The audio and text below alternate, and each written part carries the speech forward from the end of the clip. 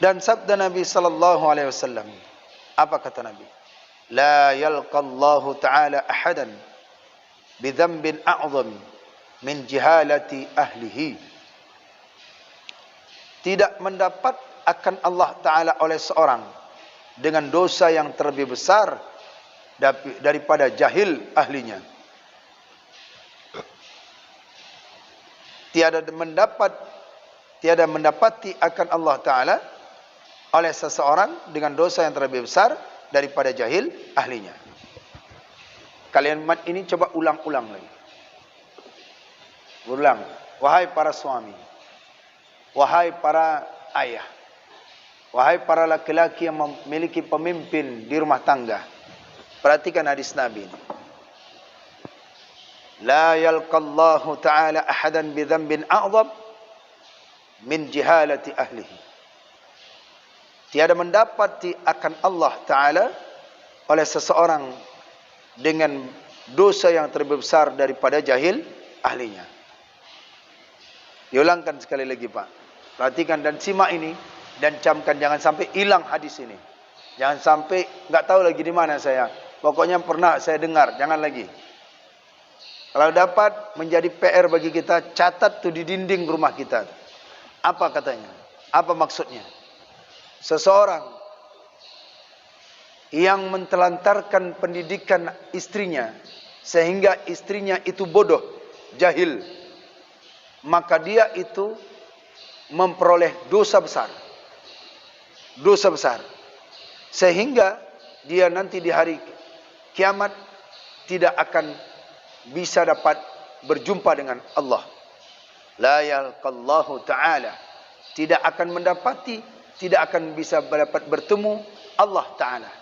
Bila dia seseorang itu memiliki dosa besar. Apa dosa besarnya? Adalah yaitu jahil ahlinya. Bodoh istrinya. Banyak istri yang tidak tahu. Masalah haid tidak tahu.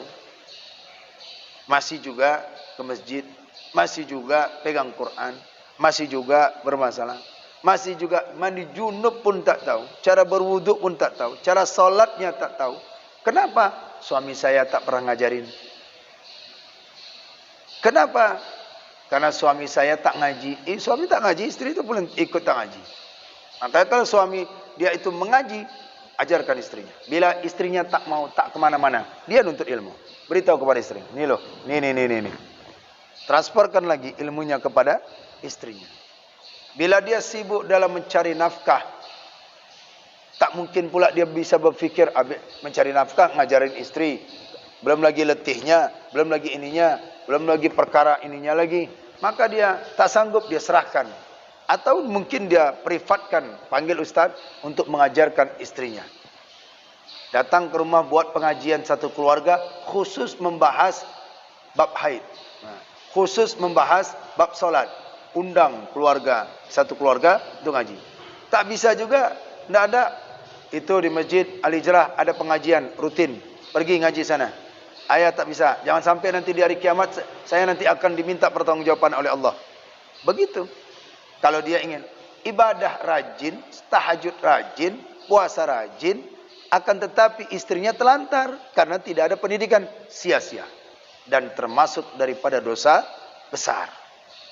Itulah kata Nabi sallallahu alaihi wasallam. Jangan sia-siakan. Hilangkan kebencian. Misal suami ada benci kepada sesuatu karena pengajian. Artinya istri diikut-ikutkan, jangan, tak usah. Jadi kalau dapatnya ayah tidak mengaji, jangan sampai ibu yang tidak mengaji. Ngaji sana. Biar bodoh suami enggak apa-apa, yang penting istri tanggung jawab. Yang perkara dalam rumah tangga, dalam masalah menyucinya, dalam masalah toharoh, itu istri. Yang penting di hari kiamat kita sudah lepas bagi seorang suami tanggung jawabnya. Karena kita harus mendidik mereka itu. Ini bukan hanya harus nikah, dah. Boleh kita melakukan yang haram itu menjadi halal. Sekarang sudah halal. Bukan itu saja. Penting kita. Udah sholat? Bu, udah sholat? Belum sholat sana. Itu perintah sampai sholatnya kita perhatikan. Cara-cara apa saja dia baca Quran kita perhatikan. Kita perhatikan. Nah, ini yang suami yang nanti akan dituntut. Bila dia telantarkan, maka sia-sialah dia ibadahnya dan dia tidak dapat bertemu pada Allah Ta'ala. Apa sebab? Karena keluarganya jahil.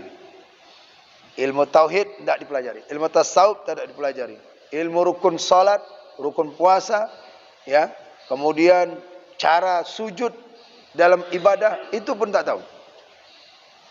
Terkadang ada perempuan dengan cara pakai mukena masih juga nampak dagunya, masih juga.